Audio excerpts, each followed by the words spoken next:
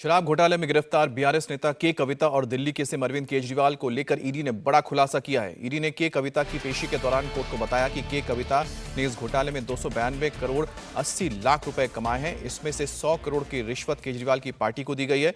ED के इस खुलासे के बाद केजरीवाल की मुश्किलें बढ़ गई हैं। वहीं कोर्ट जाते समय के कविता ने खुद की गिरफ्तारी को लेकर कहा कि यह मनी लॉन्ड्रिंग केस नहीं बल्कि पॉलिटिकल लॉन्ड्रिंग का केस है।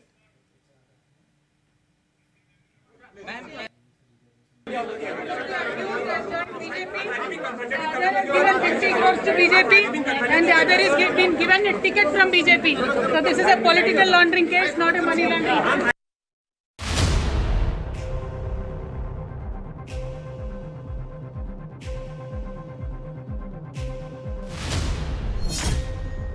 ईडी का खुलासा, मुश्किल में केजरीवाल।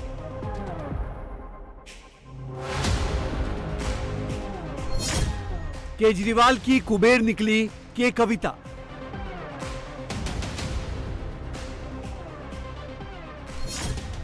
के कविता का आरोप, दिल्ली में पॉलिटिकल लॉन्ड्रिंग।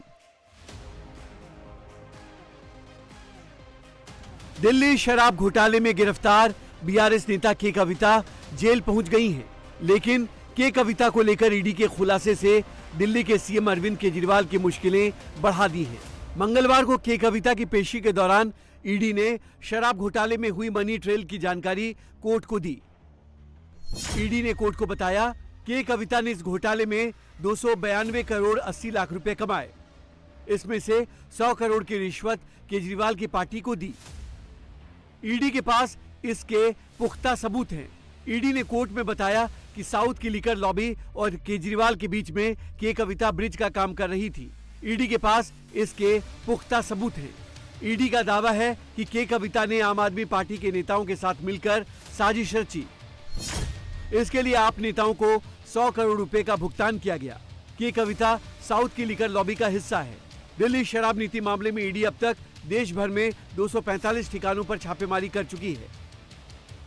ईडी के इस खुलासे के बाद अरविंद केजरीवाल की मुश्किलें बढ़ सकती हैं, क्योंकि केजरीवाल उस आरोप को झूठा बता रहे हैं।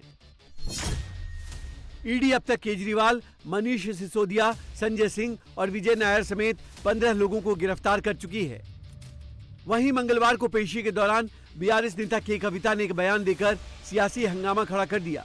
के कविता ने कहा कि ये मनी लॉन्ड्रिंग केस नहीं बल्कि पॉलिटिकल लॉन्ड्रिंग का केस है।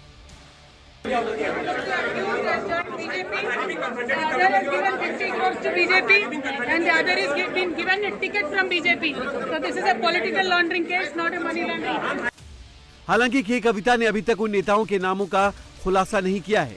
वहीं कोर्ट में सुनवाई के दौरान ईडी ने बताया कि फिलहाल उसे के कविता से पूछताछ की जरूरत नहीं है। जिसके बाद कोर्ट ने के कविता को 9 अप्रैल तक न्यायिक हिरासत में भेज दिया। के कविता की गिरफ्तारी पर बीआरएस का कहना है कि उन्हें कानून पर भरोसा है। हमको कानून पे भरोसा है, कोर्ट्स के ऊपर भी भरोसा है। हमारा एमएलसी कविता जी ने जल्दी से जल्दी बाहर आएगा, हम वेट कर रहे हैं। इससे लिए ऐसा छोटा मोटे चीज़ों के लिए बीआरएस पार्टी कभी भी डरता नहीं है। केसर जी, हम बीआरएस पार्टी को संघर्ष करके फिर वापस पार्लियामेंट इलेक्शन में लड़ रहे हैं। हम ज़्यादा से ज़्यादा सीट लेके वापस आएंगे, तब तक वेट करें।